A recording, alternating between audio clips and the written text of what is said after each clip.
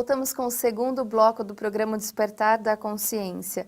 A minha consciência, Sebastião, está super curiosa para saber como é que fica essa questão. Então, se eu vivo em um ambiente úmido que pode causar o mofo, e o mofo dizem que causa crises alérgicas, e aí? Será que esse mofo, essa umidade não tem sequer 1% de culpa nas minhas crises? Você gosta de comer queijo? Eu adoro. E aquele queijo que é cheio de mofo? Adoro Pois gorgonzola. é, mas que negócio é esse? Você rejeita um mofo e aceita o outro? Que negócio é? Tem Tá vendo? razão. Então, quando você briga com um estado desse elemento que cria, né, com esses fungos, aí você acaba criando elementos adversos, porque você rejeita alguém que quer fazer-lhe um benefício.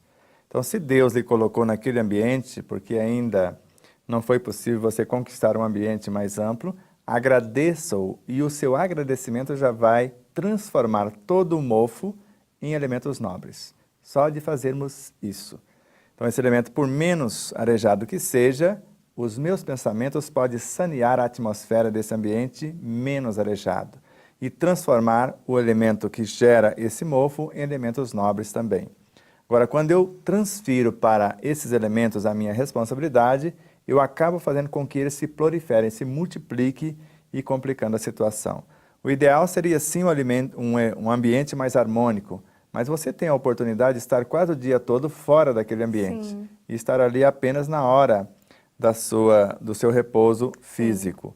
E se você entender que as adversidades é que predispõem o nosso universo a criar as defesas, talvez seja aquele ambiente que você necessita. Caso contrário, Deus se equivocou com você. Mas você pode conquistar um ambiente mais harmônico não brigando com esse, porque é o único meio que eu conheço.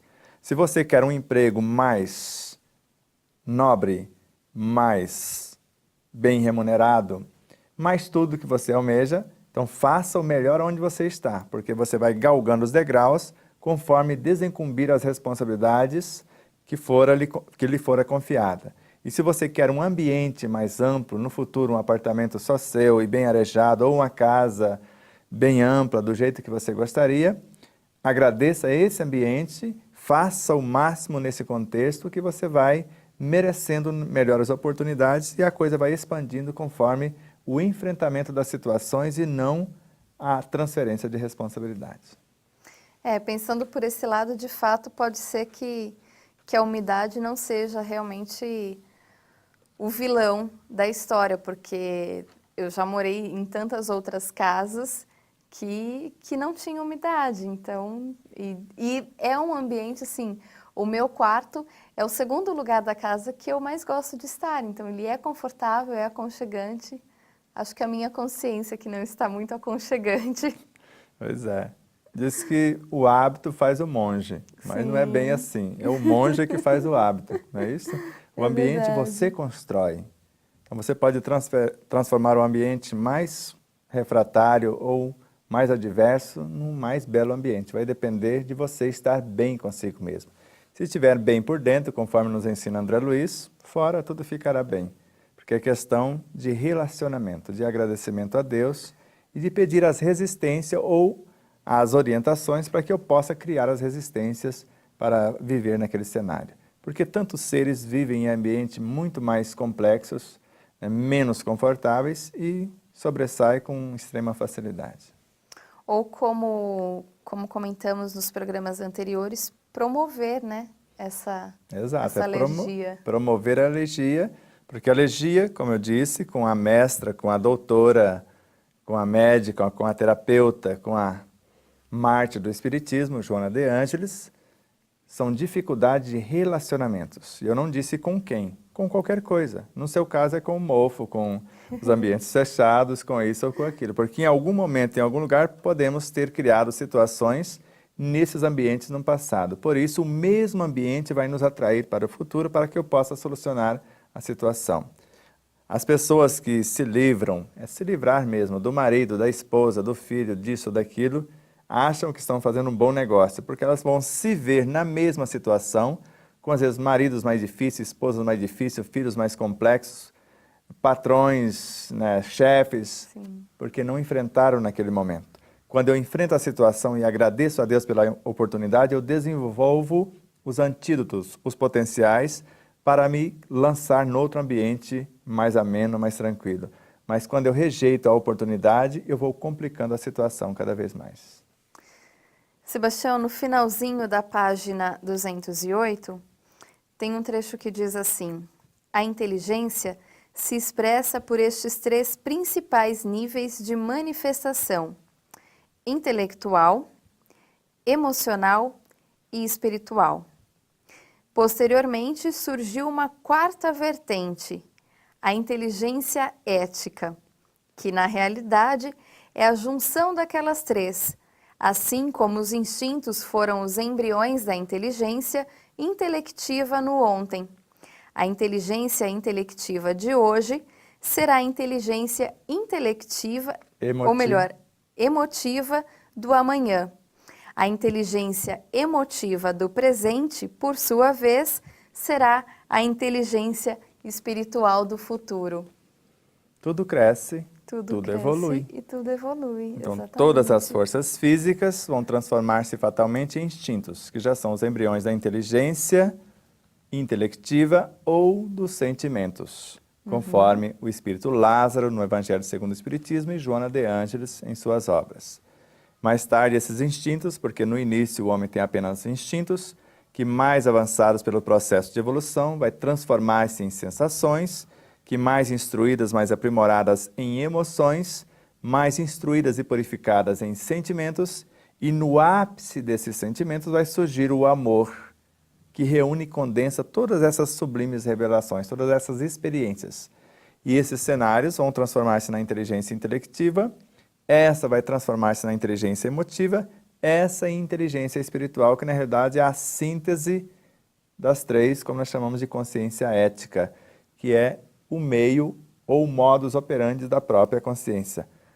Os referenciais que ela tem, baseado nas suas experiências em incontáveis realidades, para se comportar como gostaria que o outro se comportasse. Então, sou eu que coloco os meus exemplos para dar ou para sofrer de referência à consciência daqueles que estão vindo na retaguarda.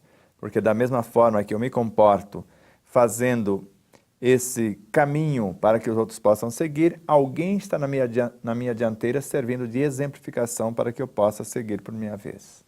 A inteligência, então, é a qualidade da consciência. Exato. A consciência é a síntese de tudo que nós já vivenciamos. A inteligência é o que ela tem de mais amplo ou de melhor para vivenciar aquela situação. Ou seja, se a consciência é a experiência sintetizada, a inteligência é a qualificação do que essa consciência tem para colocar em atividade. Ou seja, eu posso melhorar a qualidade da minha consciência desde que eu busque o conhecimento para fortalecer a minha inteligência. Exatamente. O conhecimento é a base de sustentação dessa inteligência. Inclusive, ele clareia, ele ampara, ele amplia as possibilidades dessa inteligência no seu acerto. Quanto mais conhecimento eu tenho, mais fácil o exercício dessa inteligência, porque baseado na inteligência que tenho da situação, é que eu vou acionar os potenciais como a imaginação, consultar a minha memória e fazer as propostas que eu pretendo para vivenciar a experiência ou transformar a situação. E quando eu não tenho a inteligência daquilo que almejo, onde eu vou buscar? Pronto? Em algum lugar? Porque o máximo que Deus vai permitir é que alguém me instrua. Vai aparecer um mestre com as orientações. E de outro lado a matéria-prima, mas sou eu que preciso colocar a mão na massa. Porque enquanto eu buscar pronto, eu não aprendo a fazer. E quando eu fico dependente, eu não sou livre, eu não tenho a liberdade de pensar, de sentir, de falar e agir por mim mesmo. Podemos afirmar, então, que o ser consciente, ele possui uma inteligência mais aprimorada? Com certeza, ele pensa no que pensar. Então é ele que escolhe o que pensar, quais os sentimentos, emoções ou virtudes que ele vai usar para qualificar o que pensa, quais palavras que ele vai usar para expressar o que pensa e sente, para que elas percam a força de ferir e saia como sementes de luz, e quais as atitudes que ele vai usar para cultivar o que foi semeado por meio das palavras. Então, cada ato é muito bem arquitetado. Se ele tem uma manga para trazer para o seu cenário como alimento, ele vai arquitetar como ele vai fazer isso.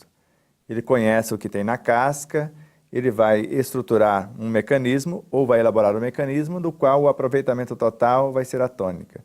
E sabe em que esse elemento vai transformar-se no seu corpo, por isso esses atos lúcidos ou essa conduta programada vai economizar para ele vários desconfortos e desacertos e acrescentar muita saúde, paz e equilíbrio. O ser humano consegue, ele já tem essa capacidade de pensar no que pensar? A maioria dos seres humanos ou dos seres que animam a forma humana, nem humanos são ainda.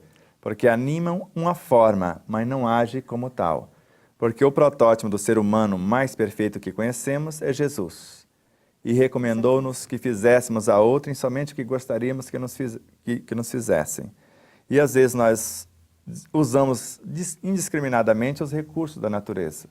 A começar pela água que está em escassez e ainda desperdiçamos de forma indevida a água dos alimentos, às vezes jogamos fora, jogando nutrientes belíssimos, uma quantidade enorme, e assim como os próprios alimentos. Usamos mais alimentos, às vezes, para enfeitar uma mesa do que para nutrir-se deles.